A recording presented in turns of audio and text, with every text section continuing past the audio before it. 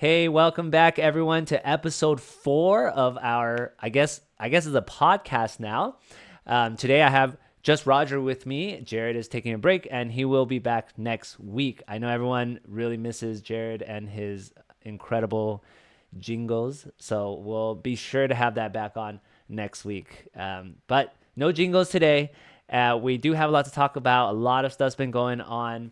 And I want to begin with the ban announcement. Wizards came out with a ban announcement on Monday of this week, March 31st. And I'm going to pull this up for everybody. So, no changes to standard. Really surprising there, Roger. Any thoughts on standard not being changed at all?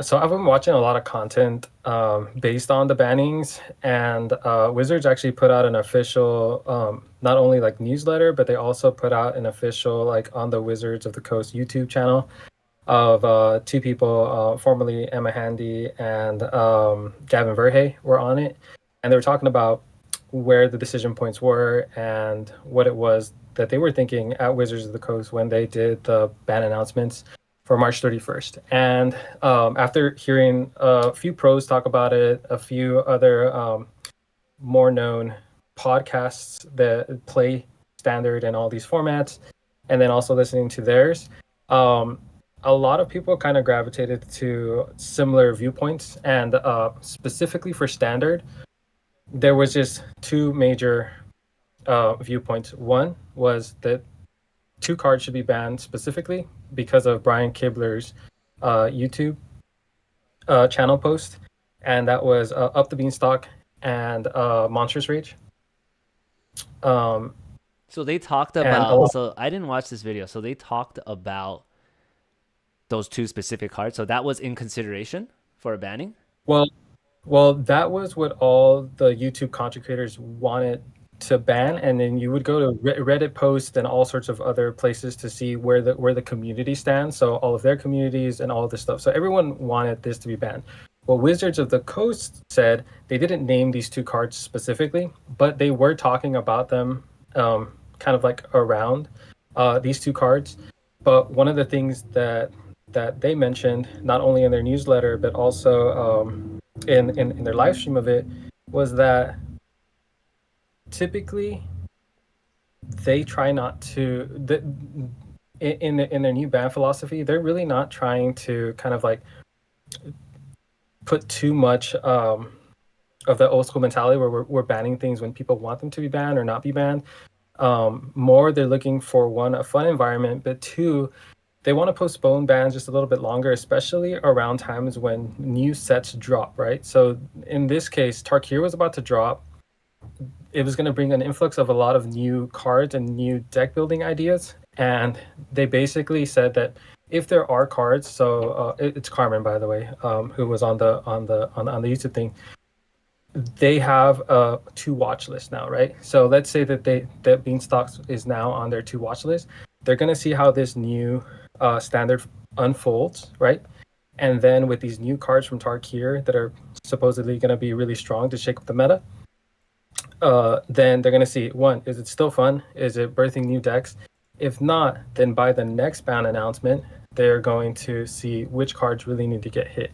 So they're hoping that with this new injection of cards, with this entire new set, we're going to see an entire new ecosystem in standard. So while people did have complaints about these two cards specifically, Wizards didn't think it was insane enough in order to justify an official banning just yet. But it did put a couple cards in their to watch radar to Did they ban in the future. identify what those cards were on their to watch radar? No, they don't mention that. But the one interesting thing was that they were talking about percentages, right? And this is something that we're going to talk about a little later. But if you scroll down, Eugene, Mm-hmm. a little bit here in the popper bands, right? Did you scroll up just a little bit right here? In the popper bands, Baskin Brood Scale apparently, um, it was that card and the red card, Kuldotha Rebirth, right? So Kuldotha Rebirth, it in Pauper, right? it makes it so that there's a 70% win rate for the first game in a best of three match, right? So you're almost always gonna win game one if you have this card in your deck, and that's a problematic card. And they were talking about how 70% doesn't sound like a lot to people because they're not in the numbers No, and like they're not 70% in the is ridiculous. 70% is Yeah. ridiculous. Normally everything's hovering around 50, 54, and let's say that Up the Beanstalk and Monsters Rage actually hover around that range. So while you see more of it because you're in like this arena kind of like bubble. Well, no, not just Um, arena, but the paper tournaments.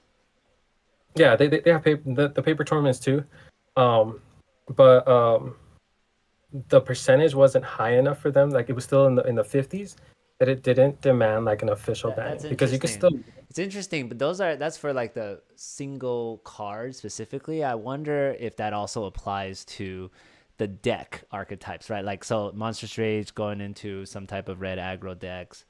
Do those red aggro decks have like a normal win rate, 50 high 50 percentage or whatever instead of 70%? And then also the Up the Beanstalk is mainly the Zur Overlords deck, and what the win rate, because those are winning. Those two are probably that, and I guess the Pixie deck, the Esper Pixie deck is like the three most winningest standard decks right now. Although I do see them switch off every once in a while. Now, I want to talk about Underworld Breach, right? So I don't know too much about Modern or whatever, but Underworld Breach is Yep. banned. I have been looking at like what decks have been winning Modern, and it's like Underworld Breach. Like usually 4 of the top 8 of every tournament is going to be an Underworld Breach deck. They don't always win first place, but like 4 of the top 8 is usually this deck. And so perhaps that was just too much. Like it's not fun. Another thing you mentioned, fun. So it's not fun anymore because this is the only deck everyone plays, blah, blah, blah, blah. So do you have any insight on why Underworld Breach was banned? Yeah, so they also talked about Underworld Breach because this was a huge topic among the community, and much like so, an argument for Monsters Rage being a very problematic card. Some of the pros actually don't identify Monsters Rage as the card problem. It's really the mouse package. So you have the one mouse that gives target mouse like double strike, right? So if you give the mouse double strike, then you give it +3/+0 trample, you can kill someone on turn 2 or 3, right? It's and depending on the format, right? Because we just had that Pioneer tournament, which was insane. Um, but really, they identify the mouse package as a problem and not Monsters Rage.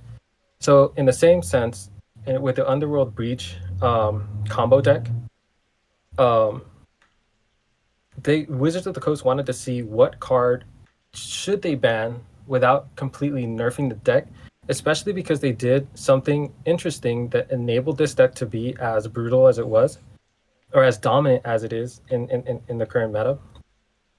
And that was their unbanning of, I believe was it Mox Opal that they unbanned, or They which they unbanned a Curio? couple of cards in Modern. Yeah, Mox Opal was one of them, and then it was like Splinter Twin or something like that, and then Faithless Looting.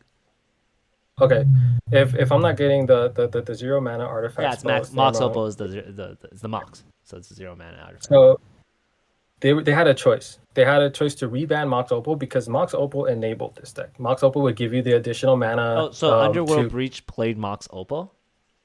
yes. See, I don't know Um, anything about these modern decks.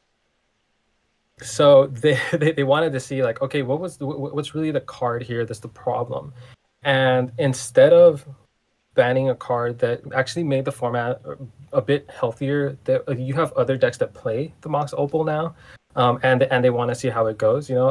Unlike the card Splinter Twin, when they unbanned that card, they thought it was going to be a bigger splash than it was, but it actually wasn't. So rather than hitting the card that they just unbanned, they decided just to hit this deck with this specific card.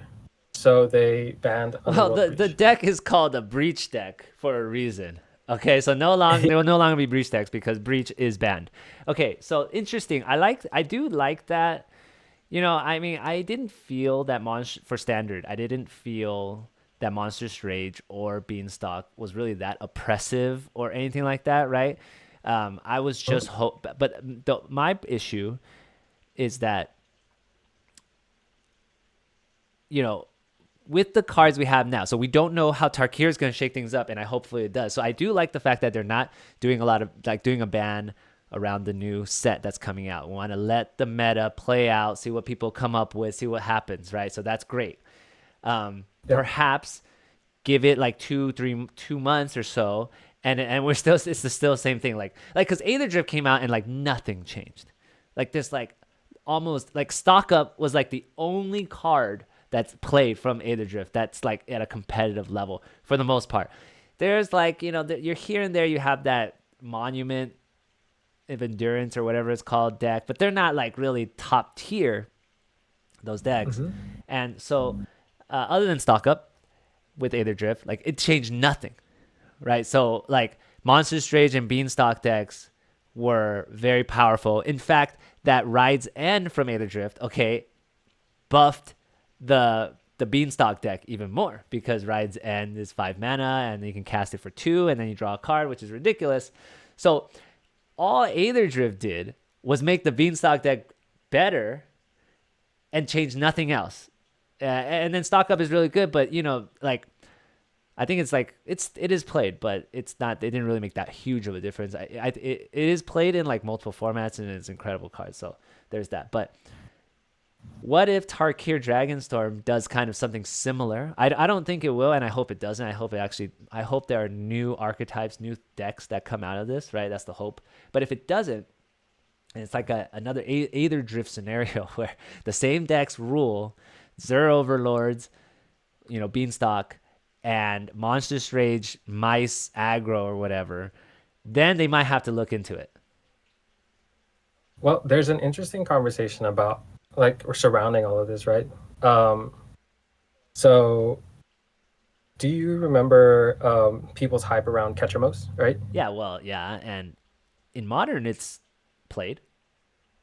Yeah, it's actually really shaking things up in Modern, and with this new Underworld Breach ban, now people are really starting to cook with the card, right? But I've watched a lot of pros that also have YouTube channels speak on the subject of kind of like the arena and the Magic Online. I want to say like problem, right? Or not problem, but like the bubble, right? So, what do you call that thing when when oh the arena economy or the Magic Online economy, right? So that means your ability to purchase new cards, right? And your ability to play new decks, and then your ability to be able to do that affordably, right? So that's the economy, right? So let's say you have net decking, right? And let's say you have access to something called the internet, right? And then let's say you have something like Arena where you can play test cards. Well, you can't really play test all the cards because that actually comes out to be expensive unless you're grinding every day and you're trying to kind of like work the system. But people have school, people have work, people have all sorts of stuff, right? And a lot of the younger, less enfranchised players can't really afford to spend money on wild cards to get the cards that they want and need to build new decks. So experimentation kind of like gets left out, especially when you have something like net decking. Now everyone tries to gravitate towards the stronger decks. And then another thing that's happening recently is we're seeing the rise of tournaments. They have the SCG tournaments. They have tournaments around. Today's tournament was the Apex Gaming and Esports tournament, right? Which I really Is want that to talk about standard or because modern or what? this is a standard tournament, right? This is a 3v3 standard tournament, 3v3 right? standard? Yeah, it's so cool, dude. It's kind of like the old school SEG type tournament thing, but I love that tournaments are starting to come back and start popping up, right? But when you have something like this happening, you have people not experimenting, right? You have people not having the ability to craft wild cards and play test these cards. It doesn't leave room for people to invent new decks. And then by the time you have these tournaments coming up, people gravitate towards, okay, what's the best deck in the current format? And let's play that. and then people think those are the best decks, right? So in today's tournament, the Apex Gamings and esports, you can watch it. It went live, I think, this morning. There's an awesome new Ketchermos deck that really beat up on the mono red aggro deck with the mouse package, and really beat up on the Beanstalk build um, with Ketchermos. It was Do we have a super deck? Do we exciting have a to. deck list? Let me look for it. We might not yet, because I think it was closed deck list, but they might have it now. Look up the Apex Gaming RCQ, and it's called Abzan Ketchermos. Apex First, Gaming RCQ yep. Modern. Nope, should be a standard tournament.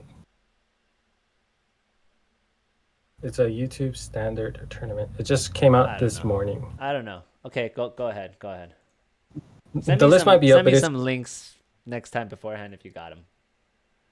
yeah. So this was super interesting because we saw a spicy new build taking down two of the strongest decks we know in standard, currently piloted by a really great and smart player, who just kind of built this deck and said, "Hey, I'm gonna bring this to the table because I think this is strong. No one's playing this, but maybe people didn't have time to experiment with it, you know." And that's one of the interesting arguments, in the whole thing. So while I do think, like you're right, like you said, Aether Drift didn't really inject a lot of cards into it. It could be that Aether Drift didn't inject a lot of cards into it. It could be that formats are coming, or new sets are coming out so fast that you don't really have time to kind of like build entire new decks based around new sets that are coming out. You kind of inject new cards into existing archetypes, and that might be hurting creativity as well as the economy. So that's why I also still stand by Wizards' argument. Like, we're not going to ban anything yet. We have things on our radar, but with this new injection of cards, we'll see how it goes. So yeah, Okay, so so it's just so so yeah, so with that, uh how has the value of certain cards changed with the new banning, with everything given out going on with the new cards from Tarkir Dragonstorm? I'll tell you what I've noticed. Okay, uh, a lot of standard staples, cards and decks that have been doing well. Okay, Abhorrent Oculus, not really a card that's been doing well in standard in terms of tournament play or anything like that. But what was the other card, Roger? Oculus, and what was the other card? give me one sec. It's Oculus and Storm Chaser's talent. Storm Chaser's talent. A very look at okay. So first of all, Oculus. The price of the Oculus has gone from like $40. Look at this. In the last month, 27, and it's sitting at $18. If you go back 3 months, it's gone down 54% from about $41 to $18. What happened to the Oculus? And this is not a card that was like really competitive in standard. Like, it was a little bit, right? But it wasn't in the mice deck or the Esper Pixie deck, and it wasn't in whatever other the top standard decks are.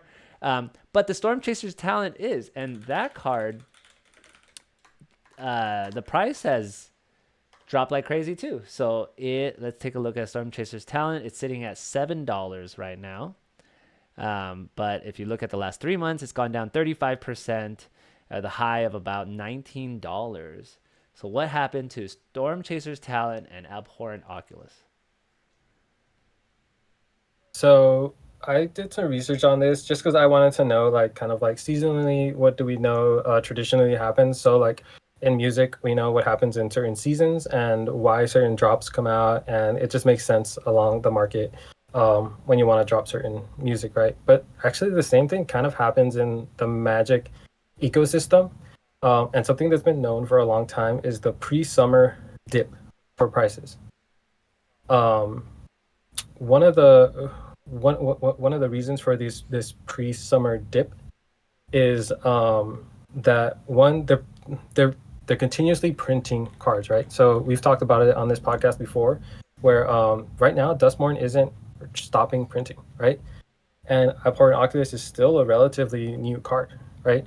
And like you already mentioned, it's not in the tier 1 decks, but maybe in a tier 2 deck list in standard, people are buying it up.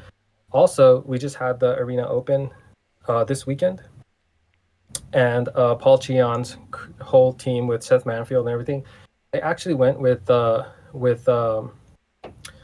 a deck that could really use it. But we saw that Mono Red was the definitive champion of that entire thing. So it could be that one, the archetypes that are really tier 1 right now in multiple formats are not playing Abhorrent Oculus or the Storm Chasers talent. We're seeing a lot of Storm Chasers talent on Arena and on Magic Online, but maybe no one's actually building the decks outside of that. And also just Well, actually, look, I'm just looking up mhm. the Screaming Nemesis, right, which is a very popular card in the mono red or the red aggro decks, and even this card has gone down 33% in the last 3 months from about a high of about 30, and it's sitting at, I mean, like 18, $19. So Yeah, it kind of seems to me like everything's just going down. Doesn't matter what card, doesn't matter what's the use. All standard Magic the Gathering cards seem to be dropping in value right now. Is it just the yeah. economy? Is it the tariffs? What's going on? No, it really is that pre-summer dip because, like I said, this set is not that old, and they're still printing, and They're not going to stop printing Dustmorn yet. They haven't officially announced when they're going to stop printing Dustmorn. Um, and then Do they also, announce those things? I don't know if they actually announced when they're going to stop printing, but as of now, um, there's there's nothing that suggests that they're stopping any printing Yeah, I mean, on well, I any think Dust. it's just the general rule of thumb is a standard set is printed for 2 years. Yep. The other thing is like Magic is a is something where people spend money on, and during this time, people are spending way more money other places, right? So Like we know, Pokemon. and well, not They're Pokemon. spending Let's just them say in like, their grocery stores because the price of eggs are like $8. well, let's just say like for one thing that's relevant to Magic is MagicCon Las Vegas is coming up, so people are investing in that versus singles. Wedding season is upon us. So you're telling me, And Roger, so you're and telling me other like people have other things going on that they need to spend their money on other than Magic or Magic cards or cards, and so they're choosing to buy things like weddings and food yeah, or like over high school grad. abhorrent Oculus. Yeah, there's so many other things at this time, at this season. So that's why we always see the pre-summer dip in MTG. Like you could look as back as like 1997, right? A pre-summer drop always Well, things happens. okay. So yeah, Will the prices come back up? I believe that if Tarkir is as awesome as it is and develops new formats, I think prices will definitely come back up for a lot of these cards. Okay. Well, we'll have to see. And We gotta move on to our other topics because we're running low on time here. I'm trying. We try to keep the time reasonable for our few listeners out there. Roger, not yeah, Roger, Max, Tim, Brian. Okay, so I want to talk about. Well, any last words on either the bans or the prices of cards? well, for Abhorrent Oculus, there are two cards: Winter Night Stories from Dragonstorm Tarkir, and then also Tersa Lightshake Shatter. Is gonna be something that might bring this from the tier 2 to a tier 1. Winter Night Just Story, three speculation. mana, draw three, discard two, unless you discard a creature. Ooh, draw some cards. I like it. Okay, what's the other one? The other one is Tersa Light Shatter. But the Harmonize, you could play that from your graveyard just by tapping your Oculus for 1 mana. Oh, It's nuts. dang, yes, because you could. Oh, nice. I like it. Okay, Tersa Light Shatter, 3 mana, 3/3 haste. When it enters, discard up to two cards and draw that many cards. When it attacks, if there's 7 or more cards in your graveyard, exile a card at random. You may play that card this turn. Interesting. Okay, less good than the other one, but So there's already a card that's played in the Oculus build. It's the 3 mana legendary thing that makes a 8/8 octopus, right? But suppose that you already use your one spell to reanimate your Oculus and they kill your Oculus, right? Then you play the Tersa Light Shatter. You're already filling up your graveyard. You attack with it, and then you recast your spell from the graveyard to cast your Oculus back from your graveyard.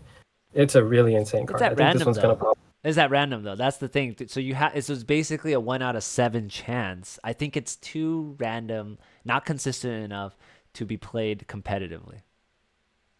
Could be. It's just something to try on the build. Yeah, I just thought. but I really do like the other card, Winter Night Stories. This card is Yeah, very that interesting. was.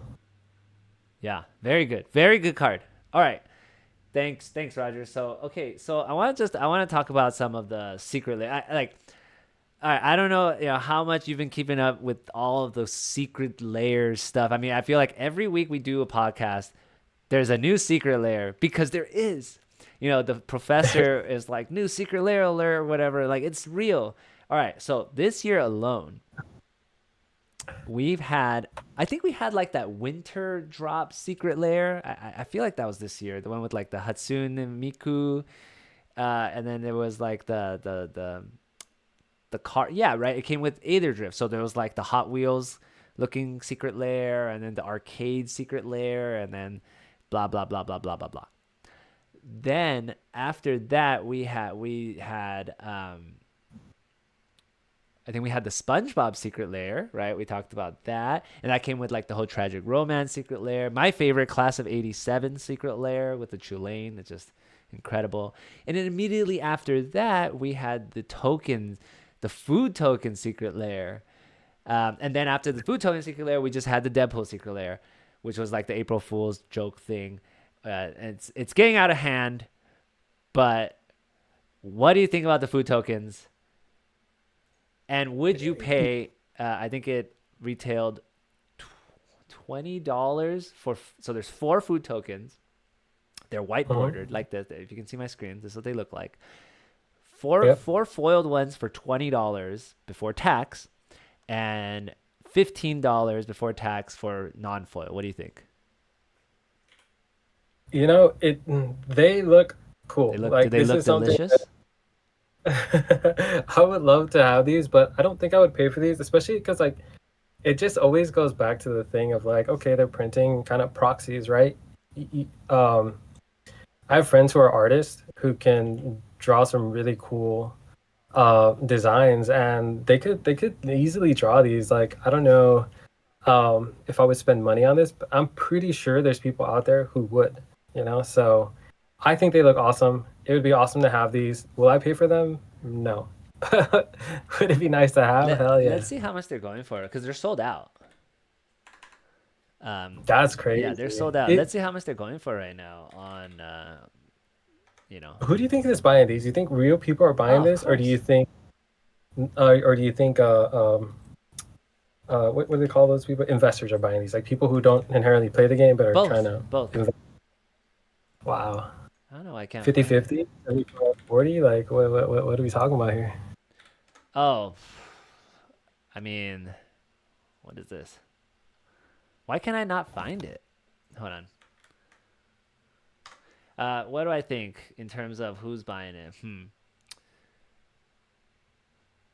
50-50, I think.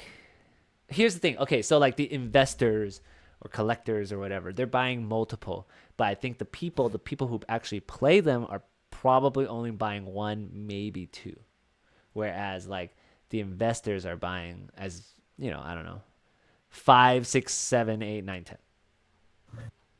I can't find any of these on TCG Player, which is weird. Let's see if we can find it on eBay. Look, there's only 2 listings on eBay. And it looks like the foil secret lair is going for $50 when you could have bought them for $20, which is actually pretty expensive. Yeah,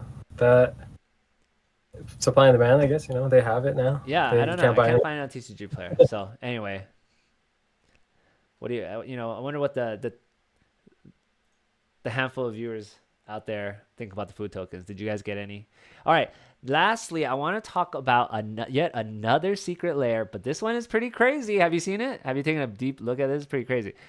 Deadpool Oh, Secret Lair. Like first they had this like cryptic message, right? That came out like on March 31st, and it was like all black, redacted and blacked out, and you didn't know what was going on. And it came out on March 31st, so you're like, okay, this is like an April Fool's prank. There's no way they're gonna give us another. There's gonna be another secret lair. We've already had like 70 this year, but they uh-huh. did give us another secret lair. And not only did they give us another secret lair, it was a banger of a secret lair. I mean, Marvel is massive. And not only Marvel, but this is like one of the best Marvel superheroes. I mean, it's so funny. I mean, have you seen, like, look at this stuff, man. Deadpool trading card. And then, like, the art is incredible. The sword cutting through the card here. And then uh, the flavor text is so on point, and it's mechanically unique. Like we heard that there was going to be a mechanically unique Marvel secret lair coming, and this is the one that is going to be available. The non-foil version will be available at your local game store. Now, I want to tell our 3 to 5 viewers out there that, okay, if you missed it or whatever, like, do not expect your local game store to sell this at the same price you could have bought this on the release day online. Okay, I almost guarantee you they are going to sell it at whatever the market price is at the time. So it is a Marvel Secret Lair, so it's increased prices, as same as the other Marvel Secret Lair. So it's the non-foil is $40 before tax, $44, and the foil is $50 before tax, $55, and normally secret layers are usually non-foil $30, foil $40. So let's look at really quickly what the price is going for on TCG Player. So this is absolutely insane. This price will not hold.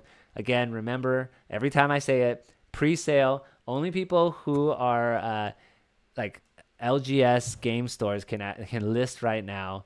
And again, this was sold on Secret Lair online, so regular people have a bunch of these. They will put it up on the market, and I'll show you real quick after in a sec the SpongeBob and just show you the crash. Like, these prices will not hold, but it is being listed for $140, which is absolutely insane for the non-foil version, which anyone could have got for $40. So let's just assume after the price settles, this settles at $80, okay, for non-foil, which on the Secret Lair side at the day of was purchasable for $40. Your LGS is not going to sell you this for $40. They're going to charge you somewhere close to at market rate or somewhere close. So they're going to charge you like that $80 market price. Like, just telling you out there that, like, they're going to do that. Okay. So, but look, 140 is ridiculous. Look how many sales there are, dude. This is like this many people. These are actual purchases. This many people have paid two people paid $170. There have been 16 sold. 16 of these sold for around 140. And this was $40. Now, but don't pay this price, because let's really quickly, I'm going to show you SpongeBob Secret Lair. It probably during the pre-sale went for about the same, but SpongeBob Secret Lair is, this is the foil version, which actually they didn't increase the price of SpongeBob as much. I think it was $40 for this. I think, yeah, I'm pretty sure it was $40 for the foil instead of 50 for Marvel. It was just so expensive. But look at it, it's you can get this right now. See, they had listed in pre-sale for like 85, which actually isn't even as ridiculous as the Deadpool one. But now it's crashed down to $55, right? Like, so do not pay pre-sale prices for Secret Lairs. What do you think about? But with that said, what do you think about the Deadpool Secret Lair? I thought it was really cool. Honestly, I didn't know what to think at first because like a lot of people associate the character and in the live action film with the character that is like the fictional character, right? But I know that Ryan Reynolds right now is like falling down, like he's like a big talk, like it's a lot of negative things going on with him and Oh, his family, really? right? I do not know anything that's going on. I know that his wife Blake Lively. Look, we're not getting into uh, celebrity gossip here, which I know nothing of, but I some heard like his wife Blake Lively. There's like some lawsuit with her like co-star from some movie or something. Yeah, so there's a lot of talk about just Ryan Reynolds just behind the scenes not being like a good person or anything like that. But I didn't know it was gonna affect this, but maybe people have it so separate. Like this is an animated thing that I like based on the comics versus the live action like movie trilogy. But I'm not this is gonna put any Deadpool. This is not Ryan Reynolds. exactly. So I wasn't sure how people were gonna like take it, but as well as maybe the fandom is just so strong that it's like it surpasses anything like that. But also, I really do like that they took liberty on this the actual Deadpool card because it reads a lot like a card from the Unglued set, Oh I yeah, believe it was. does Yeah, have a lot of where unglued vibes. because it stole other creatures' text boxes, right? So this is the only other card I think that actually does that outside of Unglued. But the thing about it is that a lot of the uncards you can now play, they're no longer silver bordered. So maybe they're kind of like really fudging or messing with that that line of like, okay, what is an uncard and what is not an uncard, Interesting. which is Yeah. kind of But yeah, one more thing about the Secret Lair, it is actually really good value because Deadly Rollick is a very expensive card. Um, dude, the free spells, man, so yeah. Deadly Rollick, just regular version, is like a $30 non foil is $30, and the price has not gone down even with this Deadpool printing. So you can get Deadly Rollick for around like 28, 27.50 ish. Really good card, right? It's one of those you cast for free cards, and it comes in the Secret Lair. And like if you look at the Deadly Rollick, and this is pre-sale, do not pay pre-sale prices, but people are selling just a Deadly Rollick for $55 non-foil.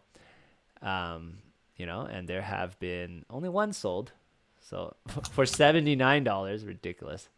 But yeah, great cards. Commander staples like last night. I mean, but the art is amazing. You see the Black Lotus right here that he's shooting? Yeah, That's awesome. dude. Look up Phoebe, head of Sneak. How do you spell that? Phoebe is Phoebe, Head of Sneak. and Okay. then Yeah, I see it.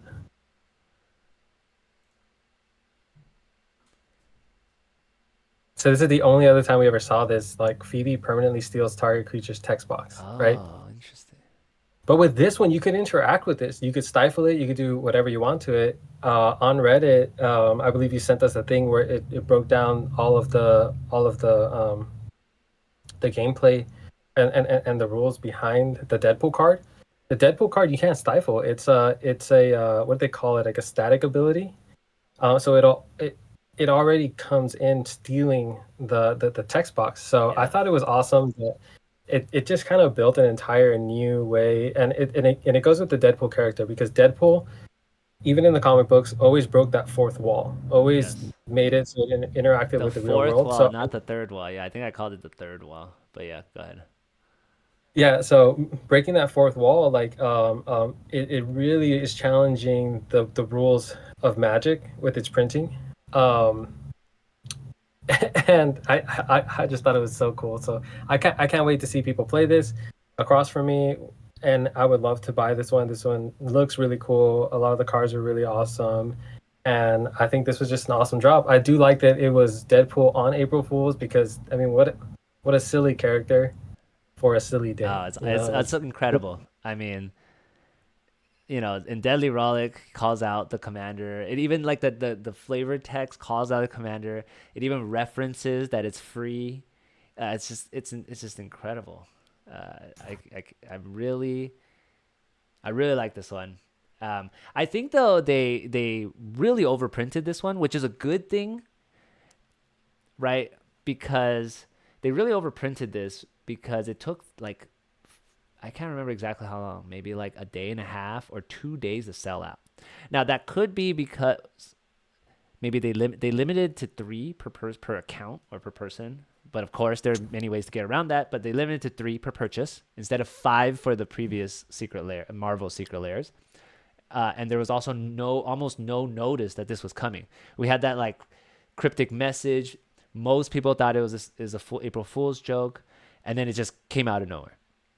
And then a third reason why I think they overprinted this, and when I say overprinted, I just mean like they printed a lot more than they normally do, is that this is going to be available. The non-foil version is going to be available at the local game stores. Well, there are, I don't know, thousands of local game stores across the country, and they need to have enough to supply those local game stores. So I think they just printed a lot of these. So what that will do is, it depends on it's always supply and demand. So if the supply is really high, which I think it will be really high because these are incredible cards. It's also Marvel. So it really depends on what the demand is really high. So it really depends on what the supply is going to be. And it's possible that these can be worth a lot. Short term might not be worth as, I suspect it's going to be similar. And I said in my other video that it's going to be similar to the other Marvel Secret Lairs they printed. Probably hover in the $80, $80, $90-ish range. But don't forget, These are 50 for the foil. And the foils were 50 before tax. So really not too much of an increase. It's less than 100%, less than double, which these days, if the Secret Lair hasn't doubled in price yet, then it's not too expensive. Because if you and we got to end soon, we got to basically wrap up right now. But one last thing is, remember the Tragic Romance Secret Lair, the one with Kalia? Oh Yeah. So this is an example of like, I think it's basically doubled. No, that's the bundle. But so this is the non-foil, and this was $40, so it's going for about $84 right now. So that is essentially double for the non-foil, and then for the foil, which was $40, because non-foil was $30, so it's actually more than double. Non-foil is for the foil is $40, and it's going for about $110. So again, more than double. So this is a very popular Secret Lair. Again, also, I think because it's not like Universes Beyond, not SpongeBob, not Deadpool, not Marvel, they did not overprint it. So the print run for this Secret Lair is probably just whatever, a lower amount.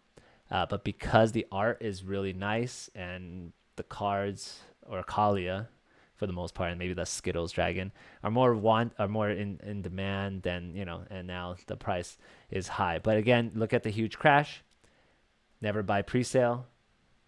100, it went to about 150, and we're down to about 110, 111. So that's the lesson here. Thank you everyone for tuning in this week. Next week we'll be back with a different overlay. Check out the overlay. Took us a whole hour to figure this out, and it still looks not great. But we figured something out for today. We'll hopefully have Jared back next week. Eugene, one last thought before we sign off. Something cool that I saw in like every probably like YouTube video and people commenting on other forums is that maybe there's still that love of Magic, because a lot of people put like, oh, it was just the Coast and Hasbro, and now it's like a money machine. What we're seeing with the Tarkir drop, and possibly with this Deadpool drop, is that not every the way that other people put it, not every release is going to be for you, but the ones that are for you, which is awesome. They're staying true to their word.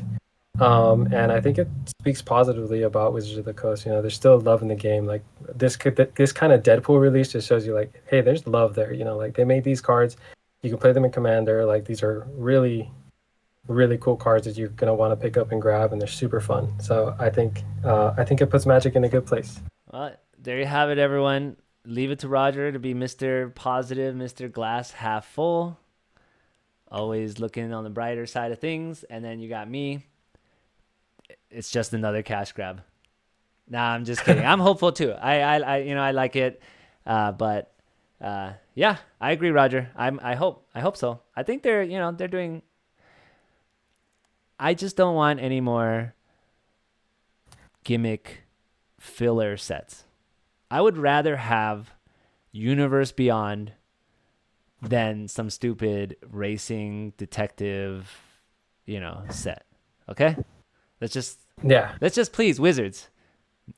You're never going to see this, but please no more stupid gimmick sets. All right. See you later, guys. See you next week.